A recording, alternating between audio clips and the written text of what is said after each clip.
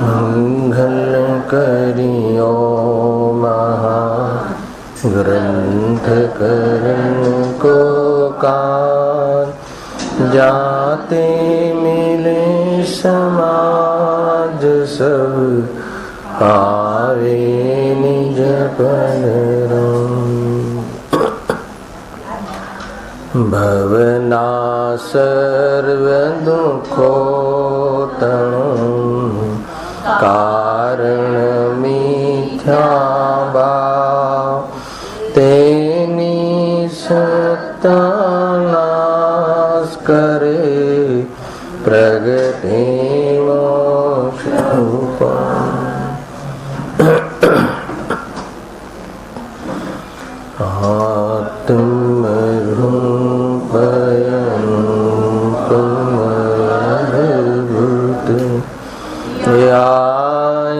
लखे भव सिंधु तरो आत्म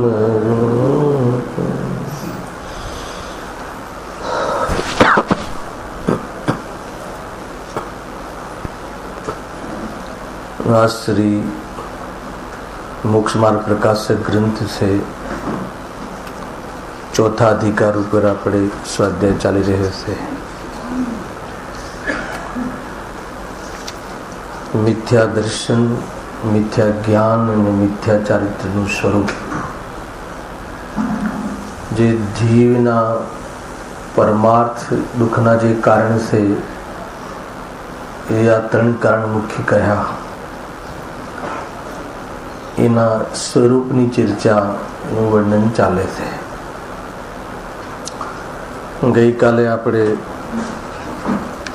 એ વાતની મુખ્યતાથી ચર્ચા થઈ હતી. પેજ નંબર 83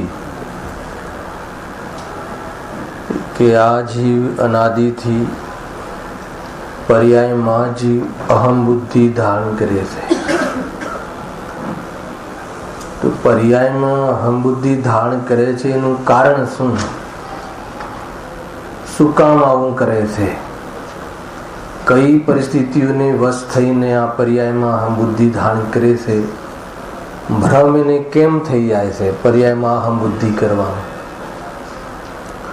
એની બહુ સુંદર છણાવટ અહીંયા પંડિતજી કરી છે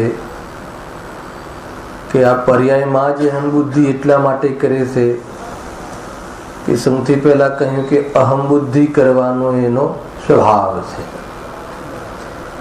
કોઈ બી પદાર્થમાં પર પદાર્થમાં એકત્વ કરે છે એમને કહ્યું પહેલા અહમ બુદ્ધિ કરવાનો એનો નેચર છે. અપનત્વ કરવાનું, કોઈ પદાર્થને ઈષ્ટ અને અનિષ્ટની કલ્પના કરવાનો, ઈષ્ટ અનિષ્ટ બુદ્ધિ કરવાનો, એ માનવાનો એનો સ્વભાવ છે. તો પ્રશ્ન એ થાય છે કે પરમાં જ અહમ બુદ્ધિ કેમ કરે છે, સ્વમાં કેમ નહીં? તો એનો જવાબ આપતા કહ્યું કે આ જીવને અનાદિથી ઇન્દ્રિય જ્ઞાન છે અને ઇન્દ્રિયોના માધ્યમથી જે જાણવું થાય છે એ પરપદાર્થ એના જ્ઞાનનો વિષય બને છે. પૂદગલ, સ્પર્શ, રસ, ગંધ, ગંધ આદિ. અને સ્વને જાણતો નથી એટલે પરમાં એકત્વ બુદ્ધિ કરે છે. આ પરિસ્થિતિ બતાવી. આ પરિસ્થિતિમાં મહત્વપૂર્ણ વાત એ હતી કે સ્વ અને પરની ભિન્નતા ભાસતી ન હોવાના કારણે આ જીવ પરમાં અહમ બુદ્ધિ કરે છે. એના પછી તાત્કાલિક બીજી એક પરિસ્થિતિ ઊભી કરી કે આ જીવને પરદ્રવ્ય સાથે, શરીર સાથે એકત્વ બુદ્ધિ, એકરૂપ બુદ્ધિ, એનો પ્રેમ, એને જ પોતાનું સ્વરૂપ માનવાની ભૂલ કેમ કરે છે? તો આગળ કહ્યું કે વળી શું કહ્યું કે જીવ અને શરીરમાં કરતા કર્મ અર્થાત તો નિમિત્ત નૈમિત્તિક કાર્યો ઘણા થાય છે. હે ને? ત્યાં આપણે એ વાતની ખુલી હતી. નિમિત્ત નૈમિત્તિક કાર્યો કેટલા થાય છે? ઘણા થાય છે. જીવ કાંઈ ઈચ્છા કરે અને શરીર આદિમાં કાર્ય થતું જોવામાં આવે છે. એટલે જીવને ત્યાં પણ ભૂલ પડવાના ચાન્સ છે.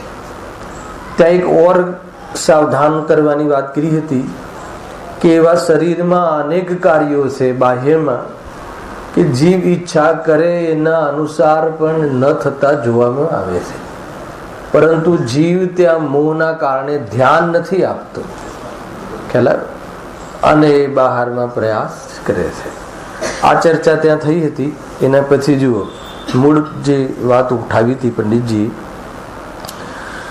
હવે જે વિચારો વડે ભિન્નતા ભાસી શકે એમ છે. કયા વિચારો? તત્વ જ્ઞાન. તત્વ વિચારો વડે ભિન્નતા ભાસી શકે એમ તો છે, કોઈ ચાન્સ નથી એમ નહીં. તત્વ જ્ઞાન કરે, તત્વ વિચાર કરે, ભેદ જ્ઞાન કરે, એ સંબંધી વિચારો કરે તો ભિન્નતા ભાસી શકે એમ છે. એટલે સૌથી પહેલા વિચાર કરવાની શક્તિ તો જીવમાં છે, અને કઈ સ્વ પરના ભેદ કરીને વિચારવાની શક્તિ તો છે. પણ શું કહ્યું આગળ? એ વિચારો મિથ્યા દર્શનના જોરથી થઈ શકતા નથી, તેથી તેને પર્યાયમાં જ અહમ બુદ્ધિ કહે છે. આ પણ એક વાત કહી ને ભાઈ, કે શું ભૂલ પડી કે મિથ્યા દર્શનના જોરમાં તત્વ વિચાર જે છે એ કરતું નથી. બે વાત કહી હતી. તત્વ વિચાર તો કરતો નથી, પણ ઉલટા વિચારો કરે છે, તત્વથી વિપરીત વિચારો કરે છે. એનું દૂષણ શું છે? શામાં કરે છે? મોહના તીવ્ર ઉદયમાં. ગંગા નદી છે એ ઉપરથી નીચે વહે છે, બરાબર છે, એ તો સ્વરૂપ છે ને, ઉપરથી નીચે વહે છે. પણ આ જીવ એને નીચેથી ઉપર કેવી રીતે વહે એનો બી ઉપાય કરે છે, એ સંબંધી પુરુષાર્થ કરે છે. જો કદાચ નીચેથી ઉપર વહેતી હોય તો ઉપરથી નીચે વહેડાવવાનો એ ઉપાય કરત. એટલે એની જે ખરાબ આદત છે કે જે ચાલતી ધારામાં, જે વસ્તુ સ્વરૂપની જે ચાલતી ધારા છે એના વિરુદ્ધમાં જ વિચાર કરવો, હે ને. ગઈકાલે કહ્યું તો બહુ સારી વાત કહી હતી કે અતત્વનો વિચાર કરે છે, કેમ કે એના જ્ઞાનમાં જે નિર્ણય છે એ નિર્ણયના અનુસાર જ એ ઉપાય કરશે, એ અનુસાર જ એ વિચાર કરશે, ઉપાય કરશે. તો એનો નિર્ણય જે ખોટો છે તો એ પ્રમાણે એ માને છે, એનો નિર્ણય જે પ્રમાણે છે એ માને છે. એ સૌથી તો મોટી ભૂલ છે. એટલે એમાં આપણને એ પ્રેરણા છે કે આપણા જ્ઞાનમાં જે સ્પષ્ટીકરણ છે એનો જે નિર્ણય છે, જ્ઞાન ચોખ્ખું હોવું જોઈએ કહે છે ને. પરંતુ ચોખ્ખું થઈ ગયા પછી પણ પ્રતીતિ ન કરે તો ન થાય. હવે આપણે એના પર આવું છે વાતને. એક સિદ્ધાંત બતાવ્યો કે તત્વનો વિચાર કરે, જો વિચારો વડે ભિન્નતા ભાસી શકે એમ છે, પરંતુ મોહના તીવ્ર ઉદયમાં. એટલે વિચાર એને એ ભેદ જ્ઞાન કરતો નથી, અથવા ભેદ જ્ઞાન કરે તો મોહનો મંદ ઉદય સમજવું. આ બે આપણે કાલે અહીંયા સુધી અહીંયા આવ્યા હતા. એમાં એમ પણ કહ્યું હતું કે મોહનો જે મંદ ઉદય છે એમાં જીવ તત્વનો વિચાર કરે છે અથવા તત્વનો વિચાર કરે છે તો મોહનો મંદ ઉદય સમજવો. કુલ મળીને મોહમાં મંદતા અને તીવ્રતાના ફેક્ટર આપણે અહીંયા ચર્ચા કરી હતી કે મોહમાં મંદ અને તીવ્રતા થાય છે, કશાયની વાત નથી.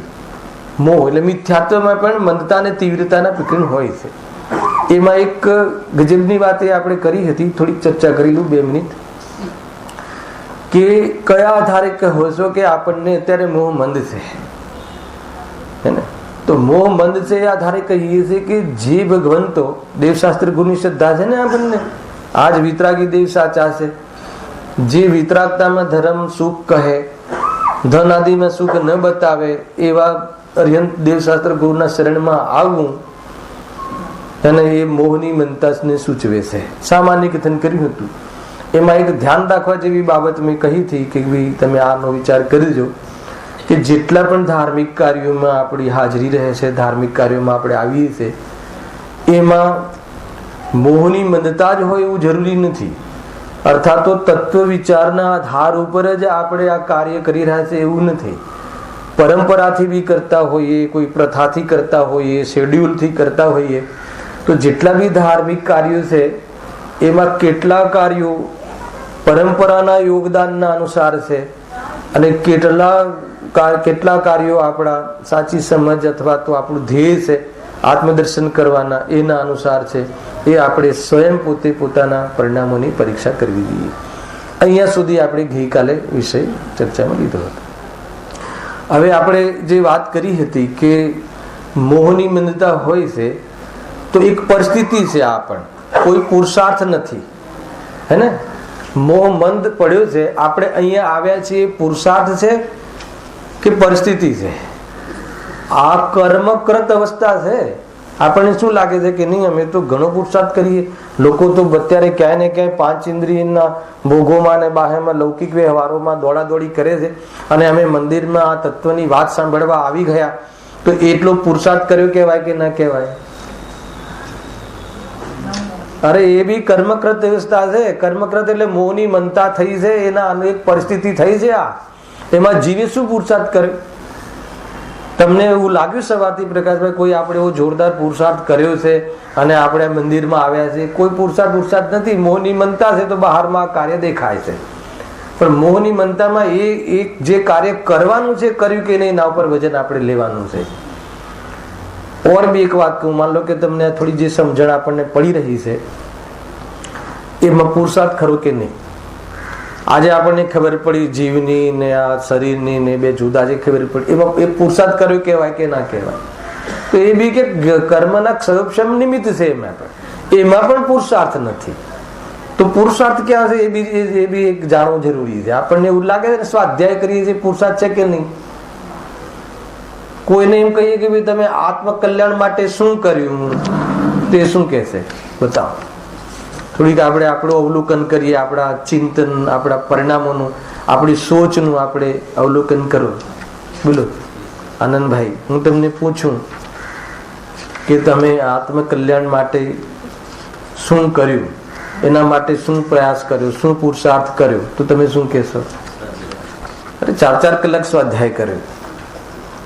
તો અહીં 9મા અધિકારમાં લખે છે કે સ્વાધ્યાય તો શિક્ષા માત્ર છે, એ તો નિમિત્ત માત્ર છે, એ તો એક પરિસ્થિતિ છે.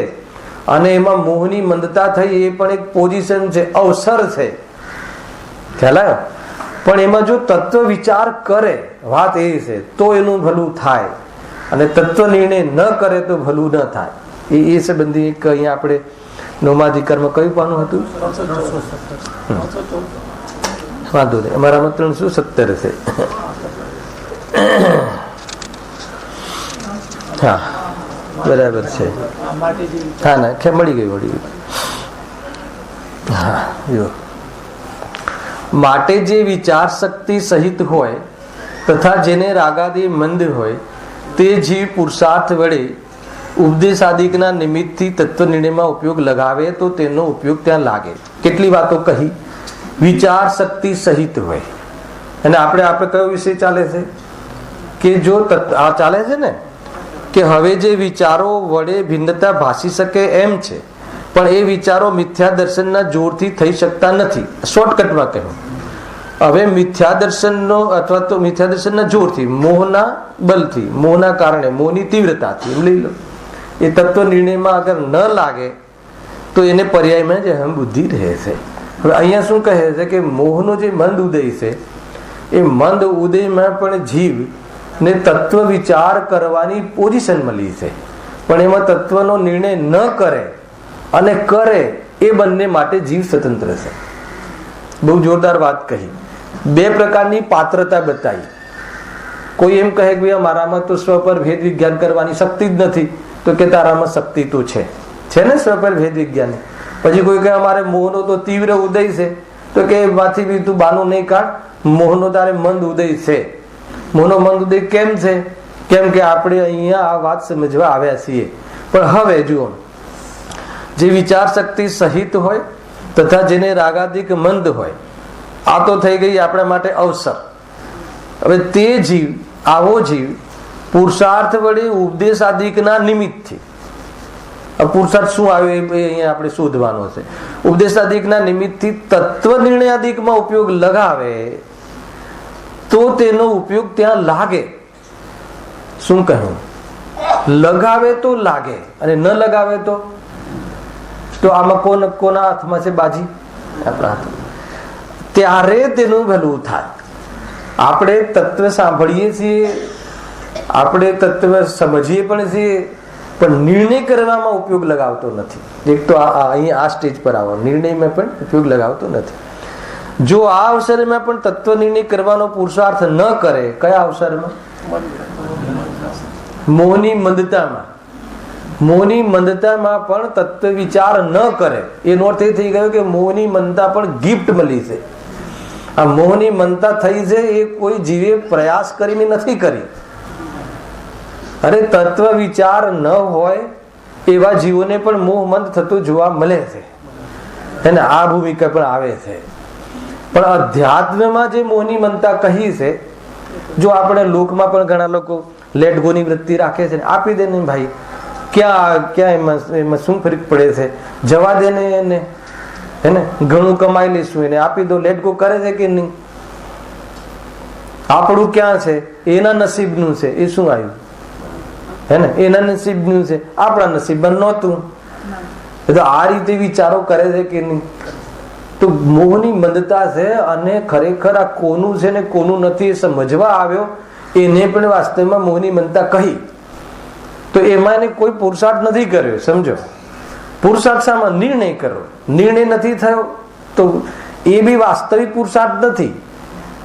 પુરુષાર્થ તો એ રીતે પરિણમી જવું, એવી શ્રદ્ધા થઈ જવી, એ જ સાચો પુરુષાર્થ છે. પણ એના માટે શું પુરુષાર્થ થવો જોઈએ? તો તત્વ નિર્ણય. ઉપદેશ તો તત્વ નિર્ણયનો કરવામાં આવે છે, અને તત્વ નિર્ણય કરે ભાઈ. સ્વાધ્યાય કરવાનું કહ્યું હોય તો શું સમજવું? અહીંયા તત્વના નિર્ણય કરવાનો ઉપદેશ છે, હે ને, એ રીતે સમજવું. જો ઉપદેશ આદિકના નિમિત્તથી તત્વ નિર્ણય આદિકમાં ઉપયોગ લગાવે તો તેનો ઉપયોગ ત્યાં લાગે, ત્યારે તેનું ભલું થાય. જો આ અવસરમાં પણ તત્વ નિર્ણય કરવાનો પુરુષાર્થ ન કરે, ગજબ છે. પ્રમાદથી કાળ ગુમાવે. હવે કયો પ્રમાદ કરે? વહેલા ઉઠ્યા, ટાઈમસર આવી ગયા, 5 મિનિટ બી મોડા નથી પડ્યા, અને તમે કહો છો પ્રમાદથી સમય ગમાવે. તો અહીંયા પ્રમાદ શું કહ્યું છે? સાંભળો, જોરદાર લખ્યું છે. અગર કાતો મંદરાગાદી સહિત વિષય કસાયોના કાર્યોમાં જ પ્રવૃત્તિ. આપણે એમ સમજીએ છીએ કે તીવ્ર કસાય પૂર્વક જ વિષય કસાય આદિમાં પ્રવૃત્તો હશે જીવ. એવું નથી. મંદ રાગાદી સહિત વિષય કસાયોમાં પ્રવર્તે. એકવાર આનું મેં સમજાવતા એક વાત અહીંયા ખબર નહીં કરી હશે કે જે આ વિષય કસાયના જે કાર્યક્રમ છે એ પાપ ભાવ છે કે પુણ્ય ભાવ છે? તો એમાં પણ મંદરૂપ પણ મંદતાથી એ કાર્યો કરે છે. એવા મંદ, આ લખ્યું ને, અગર કાતો મંદ રાગાદી સહિત વિષય કસાયોના કાર્યોમાં જ પ્રવર્તે છે. તો અનીતિ અન્યાય પૂર્વક વેપાર આદિ અભક્ષના સેવન પૂર્વક એને ભોજન આદિના કાર્યો કરવા, એ કયું કસાય છે? તીવ્ર કસાય છે.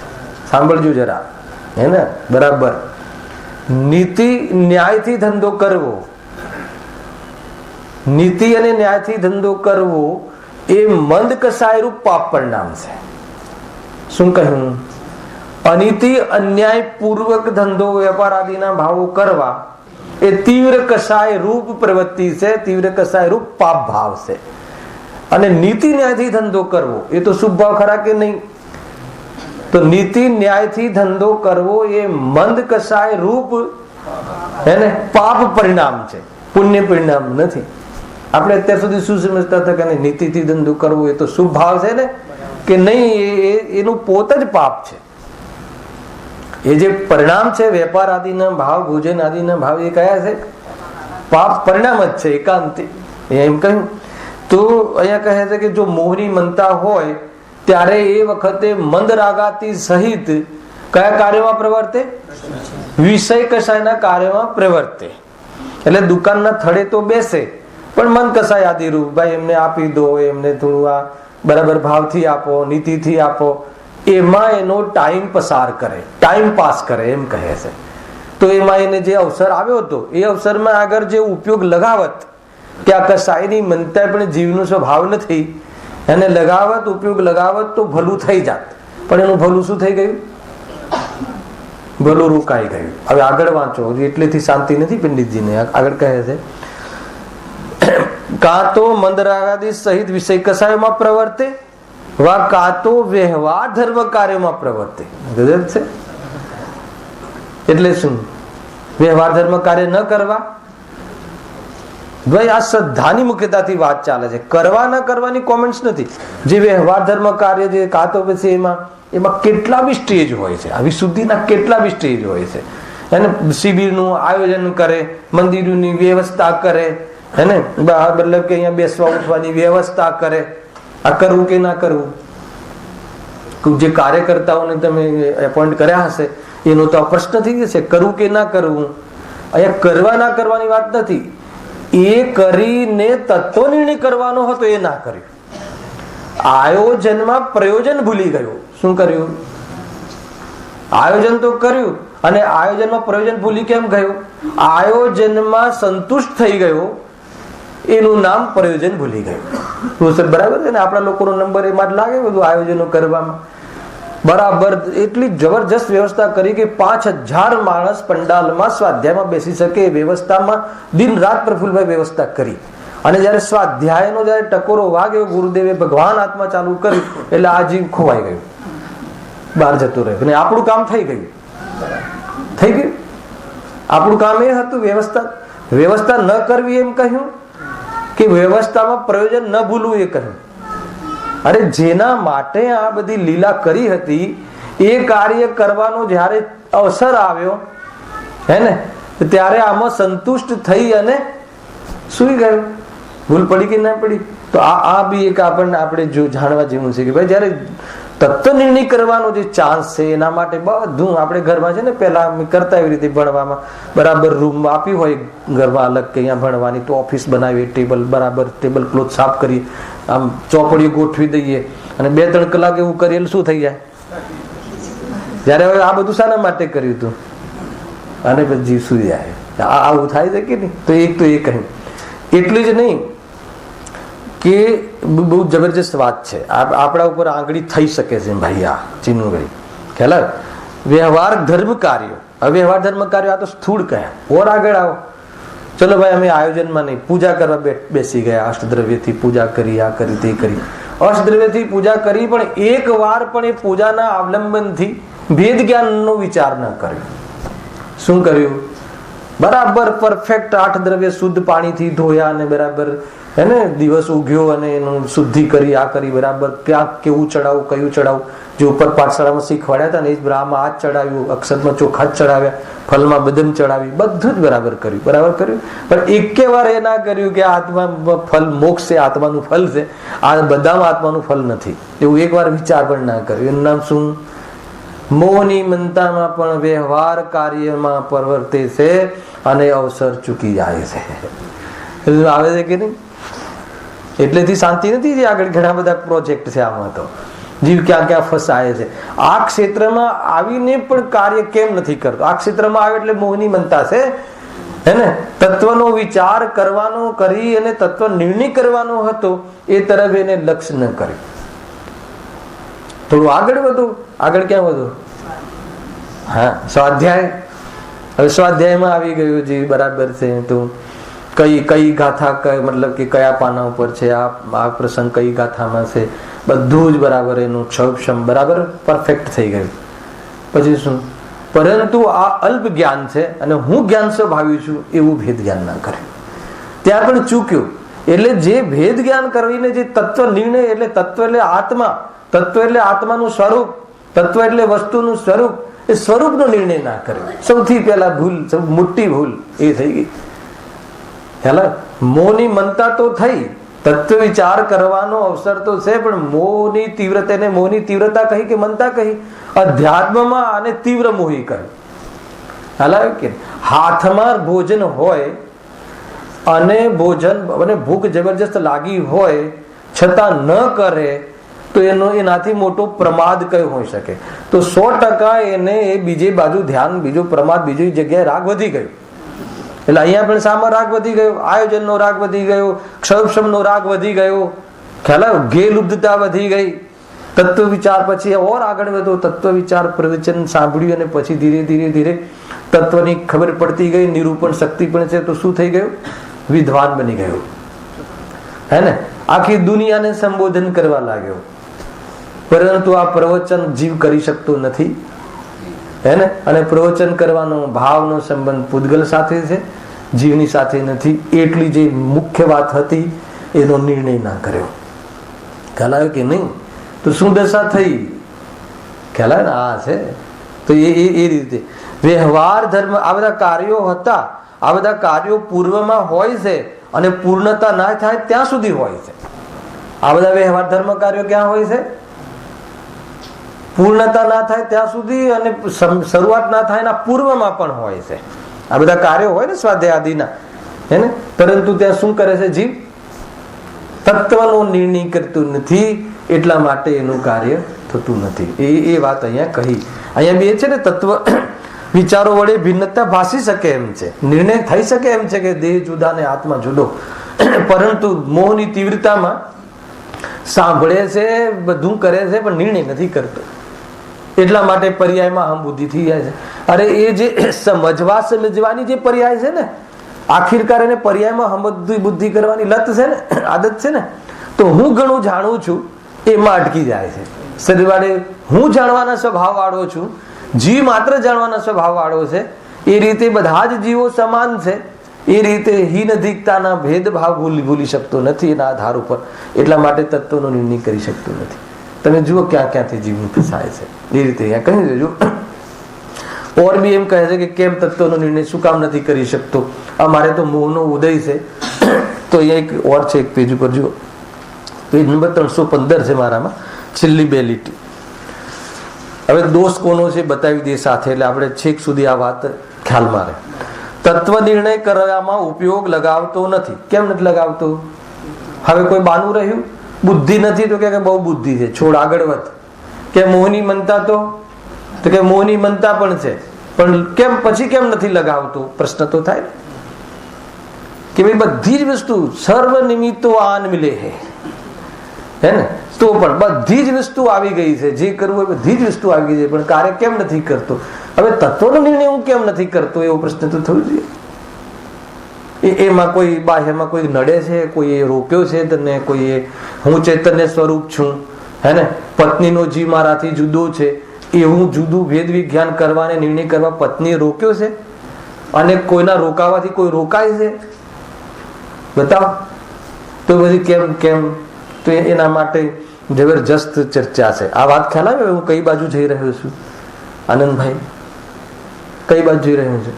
કે ભાઈ તમે એક વાત તો કહી દીધી કે મોહના ઉદયમાં, મોહના મંદ ઉદયમાં તત્વ વિચાર કરવાનો અવસર છે, પરંતુ ત્યાં ઉપયોગ લગાવે તો ભલું થાય, અને ન લગાવે ને પ્રમાદથી કાળ ગુમાવે, કાં તો મંદ મોહાદિથી રાગાદિથી સાથે વિષય કશાયમાં પ્રવર્તે, એટલે બસ કોઈની સેવા કરવામાં, દુનિયાદારી કરવામાં, હે ને, આ છે અહીંયા ત્યાં ને હોસ્પિટલો બંધાવવામાં, આ બહારની વાત થઈ.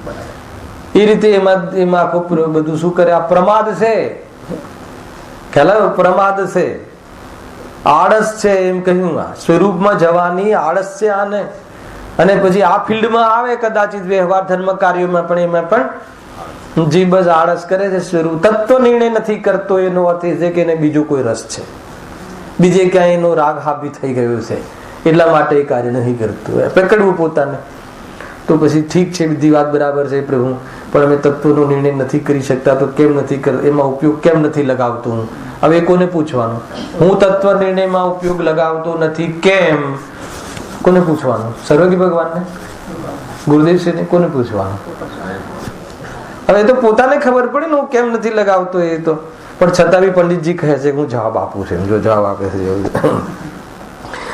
તત્વ નિર્ણય કરવામાં ઉપયોગ લગાવતો નથી, એ તો આનો જ દોષ છે. આનો એટલે કોનો? સ્વયંનો જ દોષ છે. પુરુષાર્થ વડે જો તત્વ નિર્ણય કરવામાં ઉપયોગ લગાવે તો સ્વયં જ મોહનો અભાવ થતા સમ્યક્તવાદી રૂપ મોક્ષના ઉપાયો પુરુષાર્થ, મોક્ષના ઉપાયનો પુરુષાર્થ બને છે. ખ્યાલ? સમ્યક દર્શન ઉપાય કયો? એ મોક્ષના પુરુષાર્થનો સમ્યક દર્શન કહ્યું. તેથી મુખ્યપણે તો તત્વ નિર્ણય કરવામાં ઉપયોગ લગાવવાનો પુરુષાર્થ કરવો. ખ્યાલ? ભાઈ સમ્યક દર્શન બહુ મહત્વની વસ્તુ છે. દેહથી આત્મા ભિન્ન છે એવી દ્રષ્ટિ કેળવવા જેવી છે, એવો પુરુષાર્થ કરવા જેવો છે. એના વગર કોઈ પણ જગ્યાએ, હે ને, આજે રાગાદી ભાવનો અભાવ નહીં થાય સમ્યક દર્શન વગર. મંદ તો પડશે. અને ઉપદેશ પણ એ જ પુરુષાર્થ કરવાના અર્થે આપીએ છીએ. એ પુરુષાર્થથી મોક્ષના ઉપાયનો પુરુષાર્થ સ્વયં થશે. તત્વ નિર્ણય કરતો પ્રતીતિ શું થશે? ઓટોમેટિક અંદરમાં શ્રદ્ધા કેળવાશે અને ભ્રાંતિ તૂટી જશે. ઓટોમેટિક થશે, એમાં કોઈ સ્પેશિયલ કરવાની જરૂર નથી. કરવા માટે કહ્યું, જો મોક્ષ માર્ગ માટે, આત્મકલ્યાણ માટે કંઈ કરવાનું કહેવું હોય તો શું કરવાનું કહેવું? તત્વ નિર્ણય કર. નિર્ણય થયો કે ના થયો? આટલું બધું વાંચ્યું, આટલું બધું જાણ્યું, પણ નિર્ણય થયો? શાનો નિર્ણય? દેહ અને આત્મા ભિન્ન છે એનો નિર્ણય થયો? નિર્ણય નથી થયો તો પછી કેવી રીતે કાર્ય થશે? એ જો હવે જો બહુ જોરદાર વાત આવે છે. કેમ નથી કરતો એનું એક આપણા પર બરાબર પ્રહાર કરે છે. વળી તત્વ નિર્ણય ન કરવામાં કાંઈ કર્મનો તો દોષ છે નહીં, પણ તારો જ દોષ છે. કેમ કર્મનો દોષ નથી? હે ને? અત્યારે હાલ વિચાર શક્તિ તો ઉગડી છે અને મોહની મનતા છે, તો પછી શું કામ બેઠો છે? આગળ કહે જો, તું પોતે તો મહંત રહેવા ઈચ્છે છે, બાનું કાઢે છે કે નહીં હજુ અમને, અને પોતાના દોષ કર્માથી કોઈ એમ કહે કે ભાઈ અમે તત્વનો નિર્ણય અમે આજે છે, આનાથી કાર્ય નથી થતું, પરથી કાર્ય થતું નથી, દેહ મારો છે ને એવો નિર્ણય કરવામાં આયોજન નડ્યું તો નડે આયોજન? અચ્છા, ઘરમાં તમે લોકો જે વ્યસ્ત રહો છો એ નડે? આ રોટલી સ્વયં ઘઉંમાંથી બને છે, એના કરતા કર્મ કરણ એના આયુધના જે સટકારક અભિન્ન છે, ભિન્ન સટકારક થી કાર્ય થતું નથી, વ્યવહારથી કહ્યું છે. તો આવો નિર્ણય કરવામાં કોઈ રોકે છે? કોઈ નડે છે? સમ્યક જ્ઞાનની આડે કોઈ નથી આવતું ભાઈ. જો પોતે તો મહંત રહેવા ઈચ્છે છે અને પોતાનો દોષ કર્માદિકને લગાવે છે, પણ જીન આજ્ઞા માને તો આવી અનિતિ સંભવે નહીં. આ અનિતિ કહી, જેટલી પણ લૌકિક અનિતિઓ થાય છે ને એ આ અનિતિના કારણે થાય છે. હે ને? પરદ્રવ્યને પોતાનું માનવું, બંનેને એક માનવા, બંનેને ભિન્ન ન ભાષિત થવા, એના પાછળ બધી અનિતિ થાય છે. એટલે સૌથી મોટી અનિતિ કઈ છે? મૂળ કહ્યું છે કે મિથ્યાત્વ છે. મિથ્યાત્વના કારણે સમ્યક દર્શન બહુ જરૂરી છે. આ મિથ્યા ભ્રમ તોડવું જરૂરી છે, એ મેં કહ્યું છે. હવે જો બહુ જોરદાર વ્યંગ કરે છે. તારે વિષય કસાય રૂપ જ રહેવું છે, માટે આવું જૂઠું બોલે છે. તમે કઈ રીતે કહો છો કે અમે જૂઠું બોલીએ છીએ? અમે ભેદ જ્ઞાનનો ઉપયોગ હું નથી લગાવતો, અને એ મોહના કારણે અથવા બુદ્ધિ ઓછી છે એના કારણે એવું તું એ માને છે, સમજે છે, અથવા આ ફલાણા ચીજના કારણે હું ભેદ જ્ઞાન નથી કરતો, તો કે તું જૂઠું બોલે છે. તો કેમ? જો આગળ કહ્યું છે, પોતાના પુરુષાર્થથી સિદ્ધિ થતી ન જાણે તો પણ ત્યાં પુરુષાર્થ વડે ઉદ્યમ કર્યા કરે. આ વાત. અને બહારમાં તો પરમાં આપણું ઉપજતું જ નથી તો પણ ત્યાં પુરુષાર્થ કર્યા કરે, કેમ ત્યાં તો થશે. અને અહીં પુરુષાર્થ ગુમાવી બેસે છે. તેથી જણાય છે કે તું મોક્ષને દેખાદેખી ઉત્કૃષ્ટ કહે છે, પણ તેનું સ્વરૂપ ઓળખીને તેને હેતુરૂપ જાણતો નથી. હિતરૂપ જાણી જેનો ઉદ્યમ બને તે ન કરે એ અસંભવિત છે. બહુ સરળ વાત કહી છે. આમાં ઘણા ફેક્ટર્સ છે, પણ સરળ સમજાય એવી વાત છે, એટલે આપણે વાંચી નહીં બતાવ્યું. જો આગળ આપણો વિષય શું કહે છે કે પર્યાયમાં અહમ બુદ્ધિ કેમ કરે છે આ જીવ? અહીંયા એમ કહે છે કે હવે જે વિચારો વડે, એટલે તત્વ જ્ઞાનના વિચારો વડે ભિન્નતા ભાષી શકે એમ છે. ઘણી બધી વાત કહી ને, પણ પ્રમાદથી કાળ ગુમાવે છે, હે ને? મોહની તીવ્રતામાં એ વિચાર કરતો જ નથી, એમ કહ્યું. એ વિચારો મિથ્યા દર્શનના જોરથી થઈ શકતા નથી, તેથી તેને પર્યાયમાં જ અહમ બુદ્ધિ હોય છે. આ કહ્યું ભાઈ, હે ને? બીજો એક નવમા અધિકારનો ઓર એક પ્રસંગ આવે છે કે જ્યારે પ્રવાહ હોય ને, પ્રવાહ જ્યારે તીવ્ર હોય, હે ને, ત્યારે નદીનો પ્રવાહ બહુ જોરથી પ્રવાહ વહેતો હોય, તો એવા પૂર બહુ જોરથી વહેતું હોય, તો એવામાં એ પૂરના કાલમાં બહાર નીકળવાનો પ્રયાસ સંભવતો નથી. એક પણ જ્યારે પ્રવાહ મંદ પડે ત્યારે એના વિરુદ્ધમાં તરીને પણ બહાર આવી શકાય છે. આ લોજિક છે બધા. શું કહ્યું? જયારે પૂર જોશમાં ચાલતું હોય નદીમાં અને આપણે એના વિરુદ્ધમાં બહાર નીકળવાનો પ્રયાસ કરીએ, બહાર નીકળવું છે, આ પાર આવવું છે, તો કે નહીં આવી શકે, તણાઈ જ જઈશ. તો શું કરવું કે જયારે પૂરનો પ્રવાહ ધીમો પડે ત્યારે એની વિરુદ્ધ દિશામાં પણ ખ્યાલ આવ્યો? એનો અર્થ કે જયારે મોહ મંદ હોય અને મોહ મંદતામાં શરીરને પોતાનું માનતું હોય, કોણ? મોહને લઈને જીવ, એ વખતે જ્ઞાન જો પ્રયાસ કરે તરવાનો એની વિરુદ્ધમાં અને વસ્તુ સ્વરૂપના પક્ષમાં વિચારવાનો પ્રયાસ કરે તો વિચારમાં એને સ્વીકાર થઈ જાય છે અને પ્રતીતિ ખીલી જાય છે. અહીંયા એક સ્પોટ બતાવું છું તમને કે આ સ્પોટમાં પણ કોઈ કહે મારે મોહની મનતાનો અવસર તો આવવો જોઈએ ને, તો કે સર્વ નિમિત્તો આન મિલે હે, બધા નિમિત્તો આવી ગયા છે, મોહની મનતા છે, વિચાર કરી શકે, કરીએ પડી જઈએ, નિર્ણય કર એમ કહે છે.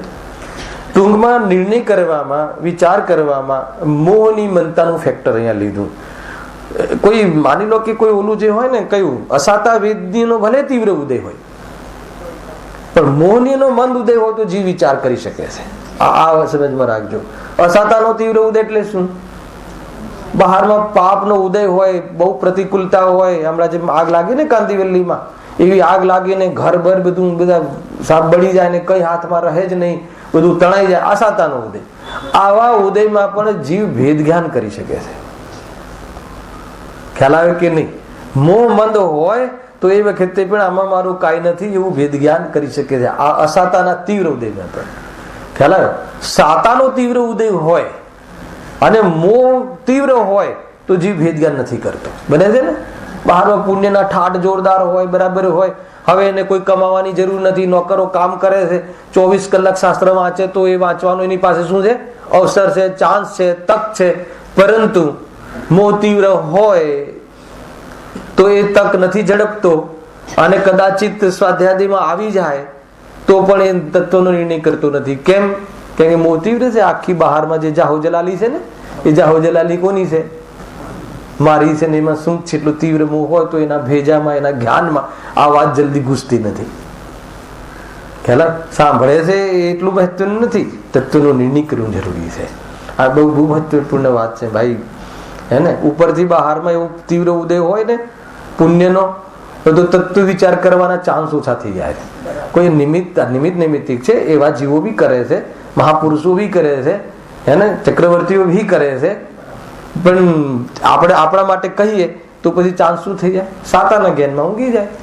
હવે દુઃખ જ કઈ વાતનું તે દુઃખ દૂર કરવા જવું? કોઈ દુઃખ હોય તો દુઃખ દૂર કરવા જઈએ.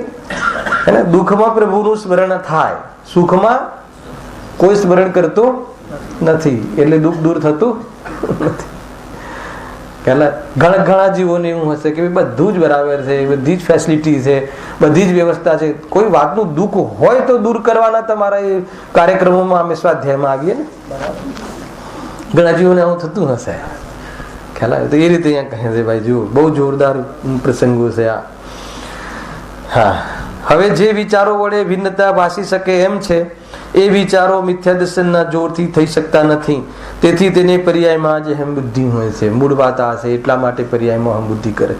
બહુ જબરજસ્ત છે. પર્યાયમાં અહમ બુદ્ધિ કરવાથી જીવ દુઃખી થાય છે એ વાત તો કહી, પણ પર્યાયમાં અહમ બુદ્ધિ કેમ કરે છે આટલી બધી ચર્ચા અહીંયા ખુલાસાથી કરી.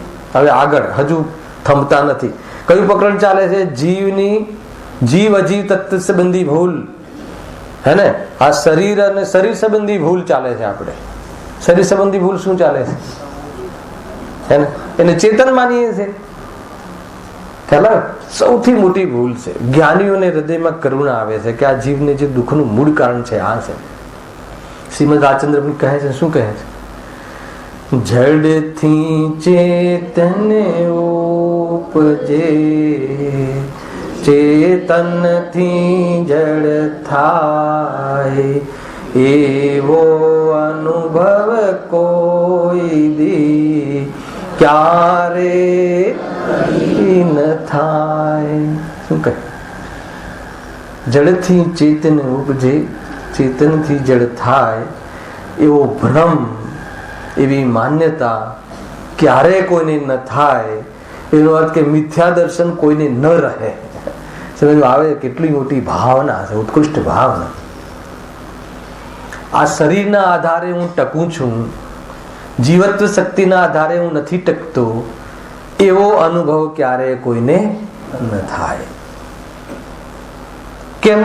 કેમ કે આના આધારે નથી ટકતું, જીવત્વ શક્તિના આધારે ટકે છે. તને આના આધારે માનશે તો શું થશે ભગવાનભાઈ, શું થશે?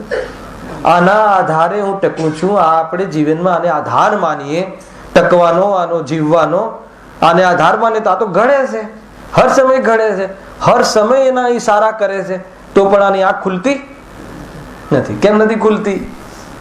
મોહની તીવ્રતા છે. આ ઈશારા કરે છે, પ્રકૃતિ બતાવે છે, નિયતિ પ્રેરણા કરે છે, તો પણ આ જીવની આંખ ખુલતી નથી. અને શું થાય છે એનાથી? હર પલ અનસિક્યોર ફીલ કરે છે. એક વાર પણ એ દિશામાં નથી વિચાર કરતો કે આના આધારે છે જ નહીં, અને જેના આધારે છું એ ત્રિકાલ છે સ્વભાવ મારો, અને એ મને જોવાઈ જાય તો મને આ ધ્રુવત્વનો અનુભવ થઈ જાય, હે ને? તો આ છે, પણ એ બાજુ વિચારતું નથી. એટલા માટે ગુરુદેવ શ્રી પૂરા 45 વર્ષ એક જ વાત કરી કે તું સૌથી પહેલા જે દુઃખનો જે આધાર છે, હે ને, એના આધાર ઉપર આ તારે બહારમાં શું થયું છે? દેહ અને આત્મા એક છે. એના આધાર ઉપર બહારમાં જે સંસાર વૃક્ષ ખીલે છે, કષાયોના ફળ ઉગે છે, એના ઉપર ક્રોધ, માન, માયા, લોભ આદિ, અને કષાયોના ફળ જયારે આપણે ચાખીએ છીએ, ચાખીએ એટલે શું? સેવન કરીએ છીએ, અર્થાત તો એ પ્રમાણે પ્રવર્તીએ છીએ, એટલે આકુરતા થાય છે. ખ્યાલ આવ્યો કે નહીં? મને બતાવો કે આપણને રૂપિયા, પૈસા, બધી સામગ્રી એકઠા કરવાનો જે લોભ થાય છે, હે ને, એ જે લોભ થાય છે એ સંસાર વૃક્ષ છે. એની પાછળ કઈ બુદ્ધિ કામ કરે છે જીવની? એમાં લાભ ભાષિત થાય છે, એ મિથ્યાત્વ. અને લાભ ભાષિત થાય છે એટલે લોભ પ્રગટે છે, લોભ નામનું વૃક્ષ. અને લોભ નામનું વૃક્ષ પ્રગટે છે, એનું સેવન કરીએ છીએ. સેવન કરીએ એટલે શું થાય છે? એની પોષણ કરવા માટે બધું જ કરીએ છીએ. એનાથી શું થાય છે? આદિ મધ્ય અંતમાં આકુરતા આકુરતા આકુરતા થાય. તો શરૂઆત ક્યાંથી કરવી? લોભ ન કરવો કે લાભ ના માનવો ત્યાંથી કરવી. ખ્યાલ? એક ખાલી માત્ર અટકી જાય તો મોટો અપરાધ થઈ જાય છે. લાભ અને લોભ, એમાં લાભ માનીએ છીએ ને, પેલા તો લાભ દેખાય છે, તો એ લાભ માનવાનું જે મિથ્યાત્વ છે એને લઈને લોભ પ્રગટ થાય છે. લોભ પ્રગટ થાય છે એટલે પછી જીવ દોડે છે, બળદની જેમ શું કરે છે? મજદૂરી કરે છે, અને સુખી થઈ જાય છે. હે, સુખી થઈ જાય રાજેશભાઈ? સુખી તો થતું નથી. તો બસ શું કરવું? લોભ મટાડવું. લોભ મટાડવા શું મટાડવું? લાભ થાય છે માન્યતા મટાડવી, મિથ્યાત્વ મટાડવું. જબરજસ્ત છે ભાઈ, સમ્યક દર્શન, હે ને? અનંત સંસારનો બંધ કરી શકે અને એવા પરિણામ સમ્યક દૃષ્ટિની નથી થતા. કૃષ્ણ લેશ્યા હોય પણ અનંત સંસારનું બંધ કરી શકે એવા પરિણામ નથી હોતા. ખ્યાલ આવ્યો? જો સમ્યક દૃષ્ટિ જીવ છે ને,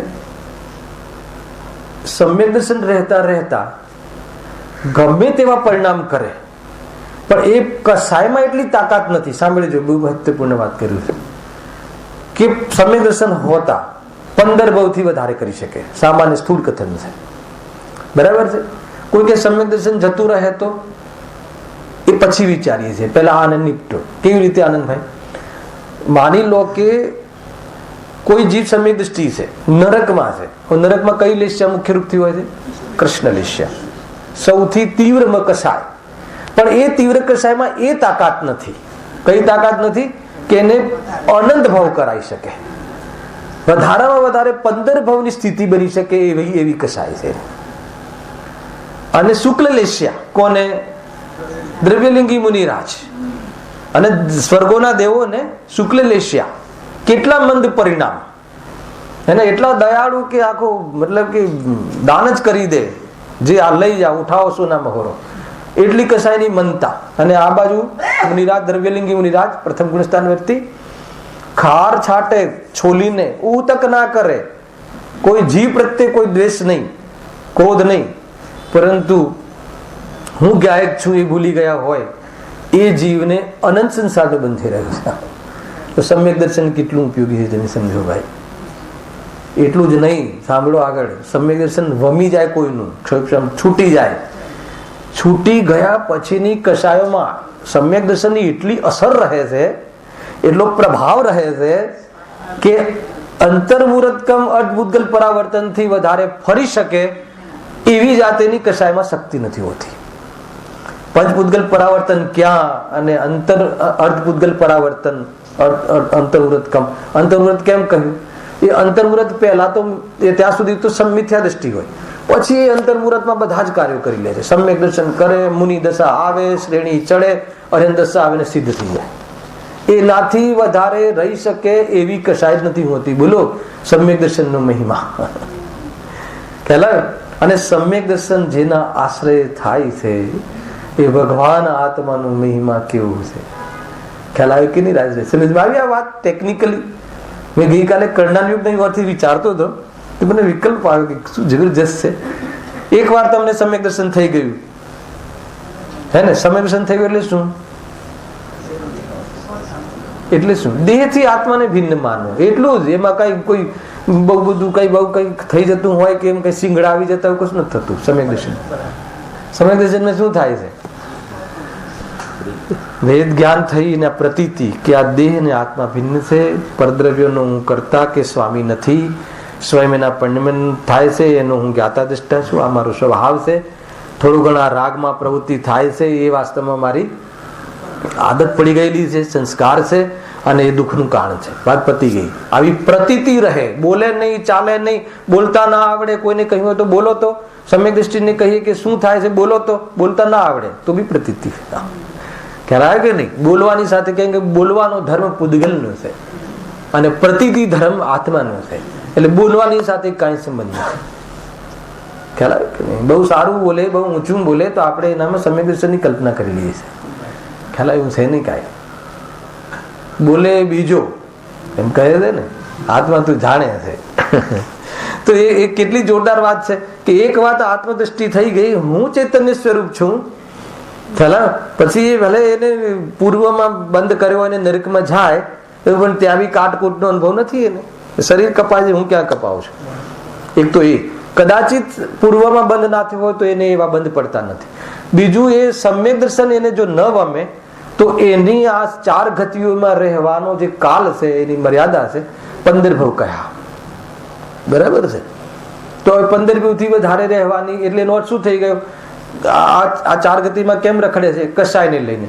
તો હવે એની એવી અનંતાનુબંધી કશાય મટી ગઈ છે, મિથ્યાત્વ સહિતનો રાગ મટી ગયો છે, એટલે એને અનંત પૂતગલ પરાવર્તન ઠરે એવી જાતિની કશાય નથી થતી. અચ્છા, આમ જોઈએ તો તીવ્ર મનતામાં અંતર છે. ઓલાને કૃષ્ણ લેશ છે, નરકમાં એ સ્વયં સમ્યક દ્રષ્ટિ બીજાને કાપતો હોય. પર્યાગત યોગ્યતા છે, કોઈ પ્રેરણા લેવા જેવી નથી. ખ્યાલ આવ્યું કે નહીં? અને અહીંયા એક બી છટકાયના જીવોની હિંસા જેના જીવનમાં જોવા ના મળે, હે ને? એવા જે જીવો છે એને અનંત સંસાર પડ્યું છે. તો કસાયની કેટલી મંદ, પેલાની કેટલી તીવ્ર, છતાં પણ એ કસાયમાં એ તાકાત નથી કે ભવ વધારે કરી શકે, અને આ કસાયમાં એ તાકાત નથી કે ભવ ઘટાડી શકે. આટલી મંદ કસાય. ખ્યાલ આવે કે નહીં? ગજબ છે ભાઈ. મને તો એ વાત એટલી જચી ગઈ કે સમ્યક દર્શન જીવનું વમી જાય છે, પછી તો બધા એકેન્દ્રીમાં જતો રહે, એકેન્દ્રી ઝાડમાં જતો રહે એ જીવ, હે ને? કેવા આંકડાના ભાવ કર્યા સમ્યક દર્શન વમી ગયા પછી. 60 લાખ ભાવ. કેટલા ભાવ આંકડાના? 60,000 આંકડાના ભાવ કરે ભગવાન મહાવીરના જીવ. ખ્યાલ આવે છે કે નહીં? હવે બતાવ. પણ એનું ફિક્સ થઈ ગયું. એ ફિક્સ થઈ ગયું એટલે તમે કસાયથી વિચારો, પરિણામથી વિચારો. એની પાસે એવું પરિણામ જ નથી કે હવે અર્ધપૂતગલ પરાવર્તનથી વધારે એ સંસારમાં રખડી શકે. 4 ગતિની બહાર જતો રહે છે, એ અહીંયાનો જીવ નથી. એટલા માટે સંસારનું મહત્વ છે સમ્યક દર્શન. અને સમ્યક દર્શન એટલે શું? આત્માનું દર્શન. આત્મા કેવો છે ને કેવડો છે. આત્મા અનંત શક્તિનો પુંજ છે. હું શક્તિ અને સામર્થ્ય વાળું એક તત્વ છું, મહાન તત્વ છું. એવી પોતાની જો મહિમા ન આવે અને પર્યાયથી મહિમા આવે, મેં સારું સમજાયું, હું સારું સમજો, મેં સારું કર્યું, મેં સારું દાન કર્યું, તો કહે છે કે આ તારી વાત નથી, આ તારા સ્વચતુષ્ટયનો ભાવ નથી, આ પૂતગલ સાથે સંબંધ રાખે છે. કઈ એટલી બધી વાતો છે. જુઓ હવે આગળ ઓર નવી વાત આવે છે. આગળ ઓર મૂળ વાત શું ચાલે છે કે પર્યાયમાં અહમ બુદ્ધિ કેમ કરે છે? આ જીવને દેહથી આત્મા ભિન્ન છે એવું ભિન્નતા ભાસતી કેમ નથી? એનું નામ પર્યાય બુદ્ધિમાં, પર્યાયમાં અહમ બુદ્ધિ. દેહ અને આત્મામાં ભિન્નતા ન ભાસવી હે ને, એનું નામ પર્યાયમાં અહમ બુદ્ધિ. જે તત્વ વડે વિચાર થઈ શકે છે અને જે અથવા તો તત્વ વિચાર વડે ભિન્નતા ભાસી શકે છે, એમાં પણ મોહની તીવ્રતામાં આ જીવ એને એ અવસર પણ ચૂકી જાય છે. શાનો? તત્વ નિર્ણય કરવાનો. જો અવસર ના ચૂકી જાય છે કે નહીં? યદિ અવસર ચૂકાતો ભવે ભવ પછતાએગા, રે કાલ અનંત રે દુઃખ કા ગન છાએગા. ખ્યાલ આવે ભાઈ? અનંત કાલ વિચાર કર્યું, આ કઈ ભાઈ ભવેનભાઈ, આ ભાવ વેપાર માટે નથી મળ્યો. આ ભાવ આપણને લોક વ્યવહાર નિભાવવા નથી મળ્યો. આણા જિયારા દોસ્તારોના લગ્નોમાં એટલો ટાઈમ વેસ્ટ કરે છે લોકો, એના માટે નથી મળ્યો.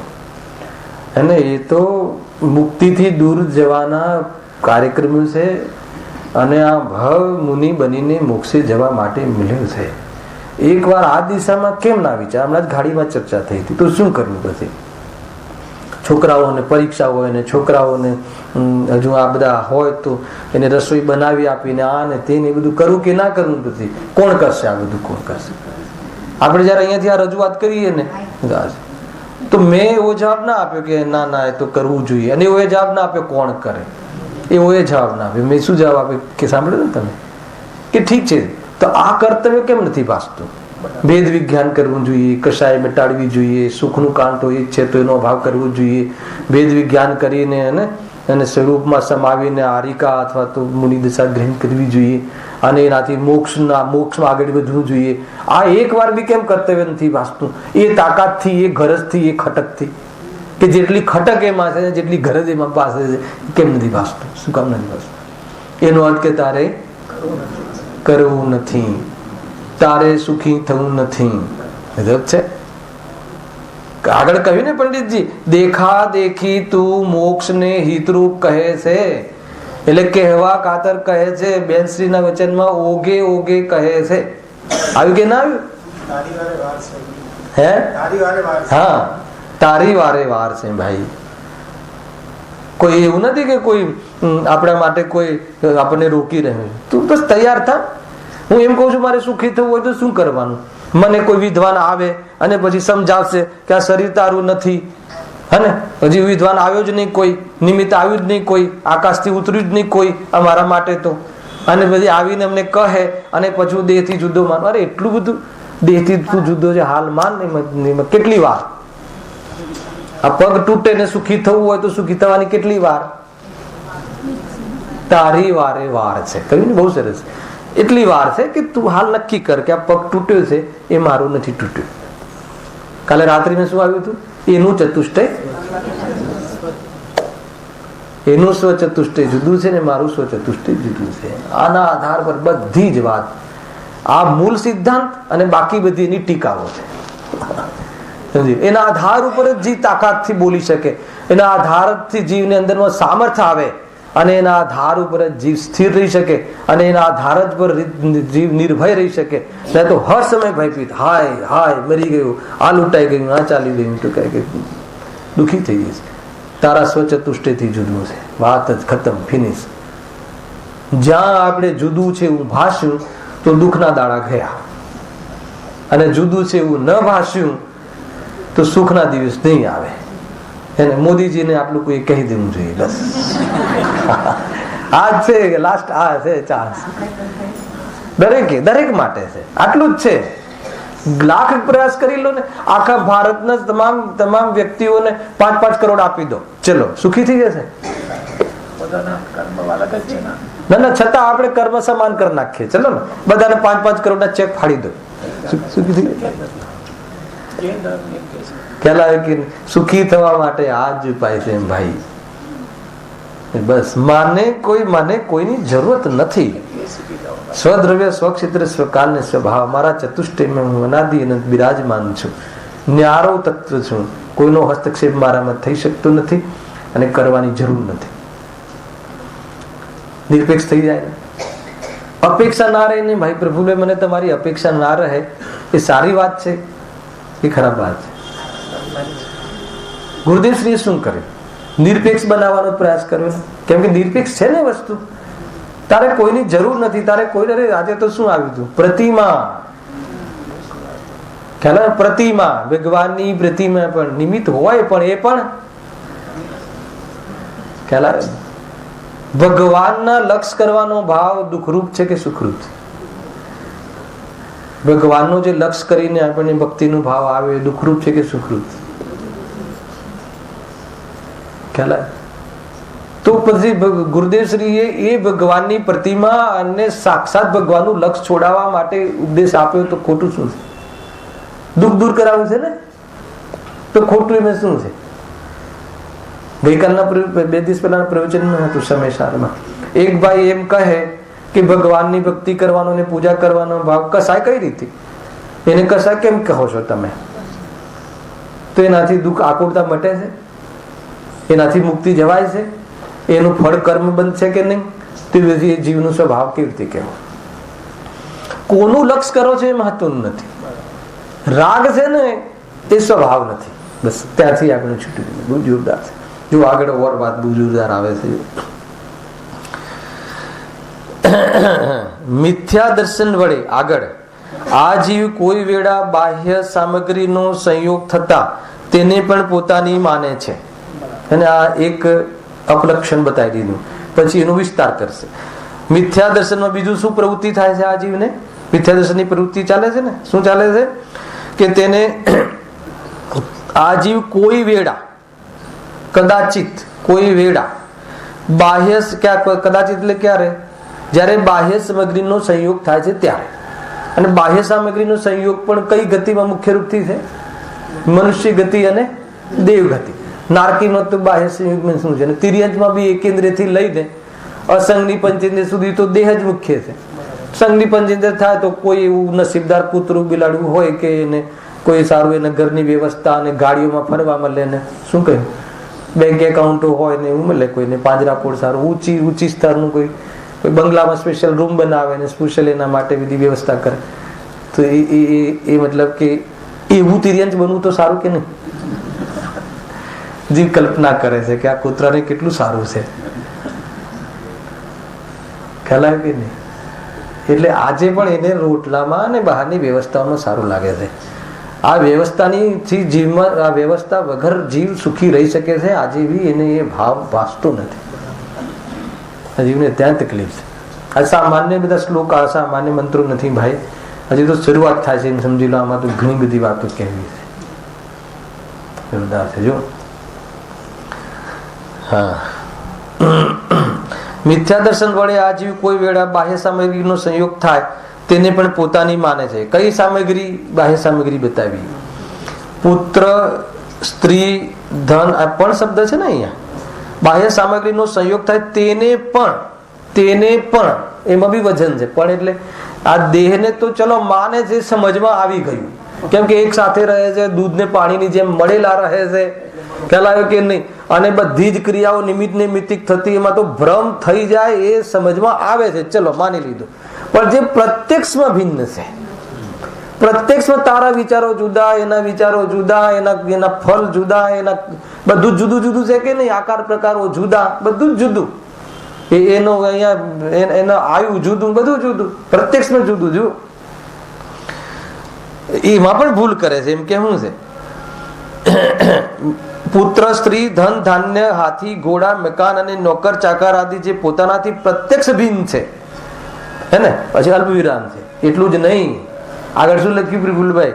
સદાકાળ પોતાને આધીન નથી એમ પોતાને જણાય તો પણ.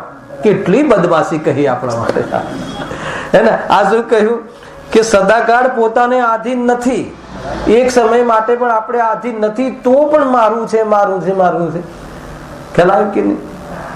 દીકરો માન લો કે આપણા વિચાર, દીકરાના વિચારોથી આપણે થોડો ઉલટો વિચાર કરીને જરા કહેજો એને હે ને. એની જે એને આપણા પ્રત્યે જે માન્યતા છે એની વિરુદ્ધમાં એક વાર તમે બોલજો, જરા એક વાર જરા એને કહેજો. ખ્યાલ આવે કે નહીં? તો બધી ખબર પડી જશે કે ભાઈ આ કેટલું કેટલા સંબંધો છે ને શું છે. એક વખત તો જરા વિરુદ્ધમાં બોલીને વિચાર કર. કોઈ બી શેઠ હોય તો એના વર્કરના વિરુદ્ધમાં, વર્કર હોય તો શેઠના વિરુદ્ધમાં, એના વિરુદ્ધમાં એક વાર તમારું મંતવ્ય રજૂઆત કરજો અને પછી જોજો કે આપણા કેટલા છે.